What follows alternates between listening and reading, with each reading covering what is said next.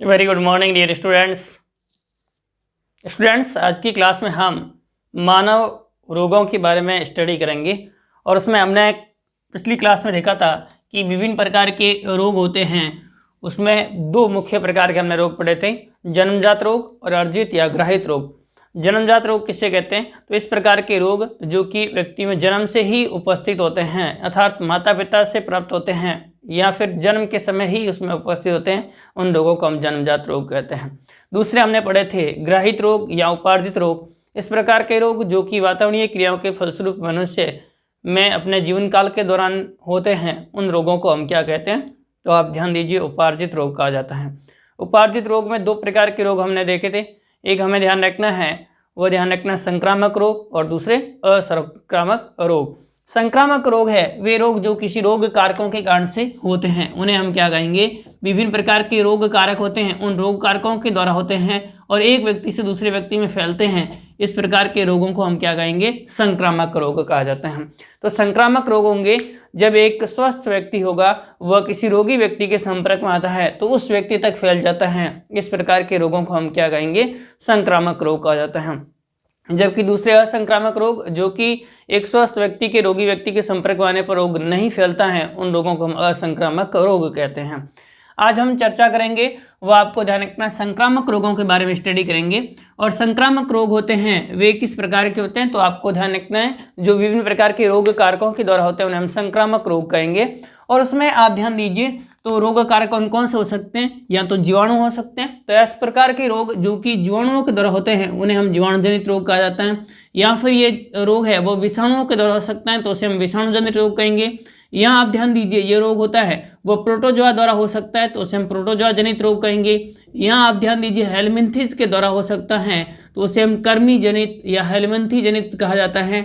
या फिर कवकों के द्वारा होता है तो उसे हम कवक जनित कहते हैं। तो आप ध्यान दीजिए, विभिन्न प्रकार के रोग कारकों के द्वारा होने वाले रोगों को हम क्या कहेंगे?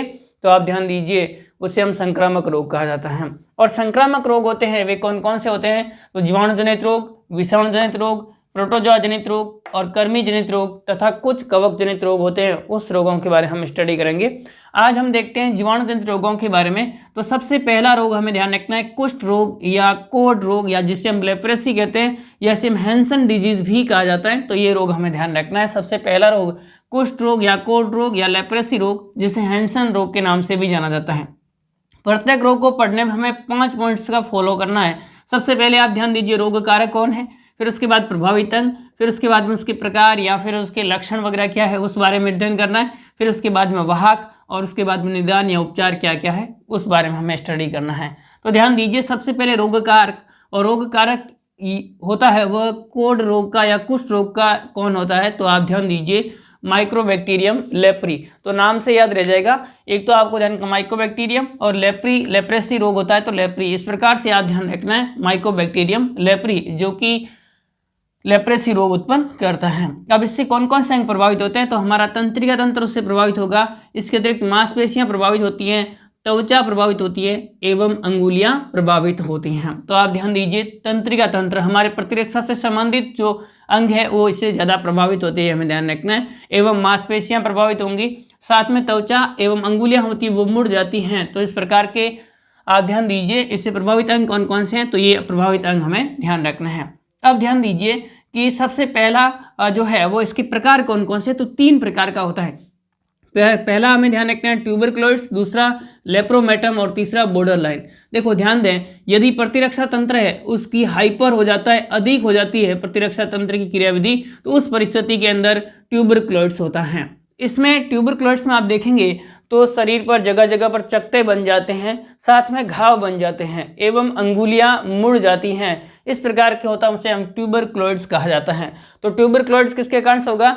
जब प्रतिरक्षा तंत्र है वह अपनी जो क्षमता है वो बहुत अधिक बढ़ जाती है, तो इस प्रकार की परिस्थिति के अंदर ट्यूबरक्लोसिस रोग होता है।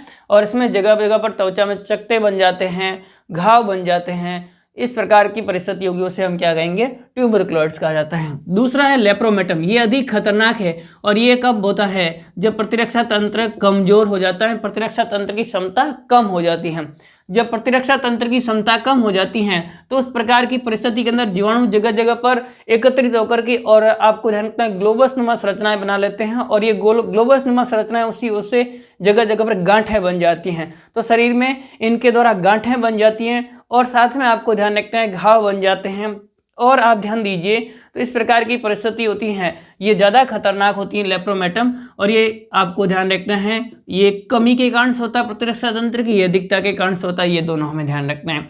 बॉर्डर लाइन में दोनों प्रकार के लक्षण दिखाई देते हैं, यानी शरीर पर चकत्ते भी दिखाई देते हैं, घाव भी दिखाई देते हैं, साथ साथ में आपको ध्यान रखना है कि इसमें गांठें भी शरीर पर दिखाई देती हैं, तो उसे हम क्या कहते हैं, बॉर्डर लाइन कहते हैं। यानी लेप्रोमेटम एवं ट्यूबरक्लोसिस दोनों के लक्षण उपस्थित हो तो उस प्रकार की परिस्थिति को हम क्या कहेंगे, बॉर्डर लाइन कहते हैं। वैसे याद रख सकते हो आप, बॉर्डर लाइन का मतलब क्या, दो देश की या दो राज्यों की सीमा है उसके बीच की, यानी यहाँ पर आपको ध्यान रखना है दोनों के बीच के लक्षण हो तो उसे हम क्या कहेंगे, बॉर्डर लाइन कहा जाता है। तो ये हमें ध्यान रखना है।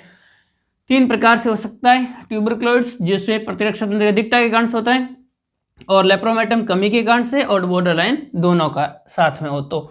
अब उसके बाद में वाहक ये किसके माध्यम से फैलता है, जब भी रोगी व्यक्ति के घाव है या उनके जो शरीर पर त्वचा के अवशेष है उनसे निकलने वाले जो पदार्थ होते हैं उन पदार्थों के संपर्क में स्वस्थ व्यक्ति आने पर वे उस व्यक्ति में भी फैल जाता है, क्योंकि एक ऐसा रोग है, संक्रामक रोग है, तो ये हमें ध्यान रखना है उस व्यक्ति के घाव से निकलने वाले पदार्थों से फैलता है। अब इस रोगी की जांच एवं निदान क्या है, तो आप ध्यान दीजिए इस प्रकार के संक्रामक रोगों से बचाव के लिए, चाहे कोई भी संक्रामक रोग हो तो उससे बचाव के लिए उस रोगी व्यक्ति को पृथक रखना चाहिए, उनके वस्त्रों का उपयोग नहीं करना चाहिए, उनके द्वारा उपयोग में ली गई बर्तन या उनके द्वारा जो खांच या मलमल या जो भी पदार्थ है उनके द्वारा त्यागे गए हैं उनसे उनको मिट्टी में दबा देना चाहिए। तो ये सारे आपको पृथक रखने के साथ साथ उपाय भी करने चाहिए। तो आप क्या ध्यान दीजिए, रोगी को पृथक रखना चाहिए और साथ में आपको ध्यान रखना यदि किसी अंग विशेष में ज़्यादा क्षतिग्रस्त होगा उस अंग को पृथक करवा देना चाहिए शल्य क्रिया के द्वारा। तो ये हमें ध्यान रखना है। अब इसका उपचार क्या है, तो आप ध्यान दीजिए बीसीजी का टीका लगाया जाता है इनके उपचार के लिए। तो उपचार किसके माध्यम से किया जाएगा, बीसीजी के टीके के माध्यम से किया जाता है। फिर उसके बाद में ध्यान दीजिए अगला है वह है क्षय रोग या तपेदिक रोग। क्षय रोग या तपेदिक रोग होता है वो किसके कारण से होता है, तो आप ध्यान दीजिए माइकोबैक्टीरियम ट्यूबरक्लोसिस, इसे ट्यूबरक्लोसिस रोग भी कहा जा सकता है। तो माइकोबैक्टीरियम ट्यूबरक्लोसिस है, उससे आपको ध्यान रखना है क्षय रोग या तपेदिक रोग होता है। ये हमें ध्यान रखना है, टीबी या तपेदिक रोग होता है। यह इस रोग से प्रभावित होने वाले अंग कौन कौन से हैं, तो आप ध्यान दीजिए इससे फेफड़े प्रभावित होते हैं, सबसे अधिक प्रभावित होते हैं वो कौन होते हैं, फेफड़े या फुफ्फुस हमारे होते हैं वे प्रभावित होते हैं। अब इसमें लक्षण कौन कौन से दिखाई देंगे, तो खांसी, बुखार, वजन में कम होना, थकान महसूस होना, भूख कम लगना और कफ एवं आपको ध्यान रखना है बलगम का आना, और कफ और बलगम के साथ साथ आपको ध्यान रखना है रक्त का भी आना, ये हमें ध्यान रखना है। तो खांसी के साथ में बलगम आता है, रक्त आता है, इस प्रकार की परिस्थिति होती है उसे हम क्या कहेंगे, तपेदिक कहा जाता है या क्षय रोग कहा जाता है। तो ये हमें ध्यान रखना, सबसे अधिक प्रभावित कौन कौन से होंगे, इसमें जो हमारी फेफड़ों का श्लेष्मा है वो प्रभावित होता है, और श्लेष्मा प्रभावित होने से खांसी आती है या थकान महसूस होती है, भूख नहीं लगती है, तो ये सारी कमियां इसमें देखी जाती हैं। इसके वाहक कौन हैं, तो आप ध्यान दीजिए जल एवं वायु के द्वारा यह फैलता है। तो ये फैलता किसके माध्यम से, जल के द्वारा। दूषित जल या दूषित वायु है उसके माध्यम से जीवाणु हैं वो हमारे शरीर में प्रवेश कर जाते हैं और उससे ये रोग हो सकता है। तो ये हमें ध्यान रखना है, इसके वाहक जल एवं वायु होते हैं। अब उसके बाद में जांच एवं निदान क्या क्या इसके, तो इसके लिए भी कौन सा टीका लगाया जाता है, बीसीजी का टीका लगाया जाता है। तो ये हमें ध्यान रखना है, बीसीजी का टीका इसके अंतर्गत लगाया जाता है। तीसरा रोग हमें ध्यान रखना है डिप्थीरिया, या जिसे हम रोहिणी रोग के नाम से भी जानते हैं, और ये डिप्थीरिया रोग होता है वो किसके कारण से होता है, कोरिनीबैक्टीरियम डिप्थेरी के द्वारा होता है। तो इस प्रकार से कोरिनीबैक्टीरियम डिप्थीरिया से कौन सा रोग होता है, डिप्थीरिया रोग होता है। इससे कौन से अंग प्रभावित होते हैं, नाक है, गला है, टॉन्सिल है, वो प्रभावित होते हैं। यानी इससे मुख्य रूप से जो नाक होगा वो प्रभावित होता है, साथ में आपको जानना है गला और हमारे जो जीवा होती है उस जीवा के पीछे का भाग होता है जहाँ पर टॉन्सिल्स उपस्थित होते हैं वे भी प्रभावित होती हैं। अब होगा क्या, तो आपको ध्यान रखना है इसके कारण से गला अवरुद्ध हो सकता है, और साथ में आपको ध्यान रखना है जिस भाग में संक्रमण होता है उस भाग में टॉक्सिक पदार्थों का निर्माण इस जीवाणु के द्वारा होता है, और टॉक्सिक पदार्थ बनने के कारण से ये टॉक्सिक पदार्थ अवशोषित होकर के रक्त में चले जाते हैं, और रक्त में चले जाने से रोगी की मृत्यु तक हो सकती है। तो उस रोग को हम कहते हैं डिप्टीरिया रोग। अब उसके बाद में ध्यान दीजिए, इसके वाहक कौन है? वायु के माध्यम से, खांसी के माध्यम से, सीधे संपर्क के द्वारा या बर्तन और कपड़ों के द्वारा फैल सकता है। तो आप ध्यान दीजिए, जब भी कोई रोगी व्यक्ति छींकता है, खांसता है, तो उसके जो मुख से निकले हुए जल की बूंदें एवं वायु होती है उससे अंदर सूक्ष्म जीव उपस्थित होते हैं, और उन्हीं के संपर्क में हम आने पर हमारे शरीर में भी यह रोग फैल जाता है। तो ये हमें ध्यान रखना है इस प्रकार का रोग। और इसके निदान के लिए क्या करना चाहिए? डीपीटी का टीका लगाया जाता है। देखो ध्यान दें, यहाँ पर आपको ध्यान रखना है कुष्ठ रोग एवं क्षय रोग के लिए तो कौन सा है? बीसीजी का टीका है, जबकि डिप्टीरिया के लिए कौन सा है? D for diphtheria, D for DPT. ये इस प्रकार से हमें ध्यान रखना है। डीपीटी रोग, डीपी का टीका है वो डिप्टीरिया रोग के लिए लगाया जाता है।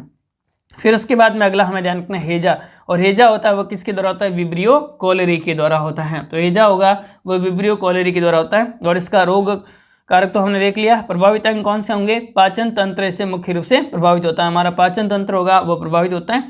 और इसके लक्षण कौन कौन से? तो उल्टी होगी, दस्त आती हैं, उल्टी और दस्त के साथ बेचैनी होती हैं, तो हल्का बुखार भी आता है। तो इस प्रकार के लक्षण हमें हेजा के अंदर ध्यान रखना है। वह कौन है इसका? तो दूषित भोजन एवं जल के माध्यम से हेजा रोग होता है। हेजा रोग के बचाव के लिए क्या करना चाहिए? दूषित जल का प्रयोग नहीं करना चाहिए, ये हमें ध्यान रखना है। नेक्स्ट अगला रोग हमें ध्यान रखना है टिटेनस, या इसे धनु स्तंभ रोग भी कहा जाता है। टिटेनस रोग होता है वो किसके द्वारा होता है? तो रोग कारक का नाम हमें ध्यान रखना है क्लोस्ट्रीडियम टिटेनी है, उसके द्वारा ये रोग होता है। तो आप ध्यान दीजिए, जो टिटेनस रोग होता है वो क्लोस्ट्रीडियम टिटेनी के द्वारा फैलता है। और इससे कौन सा अंग प्रभावित होता है? तो आप ध्यान दीजिए, त्वचा प्रभावित होती है मुख्य रूप से, और त्वचा के बाद में संपूर्ण शरीर भी इससे प्रभावित होता है।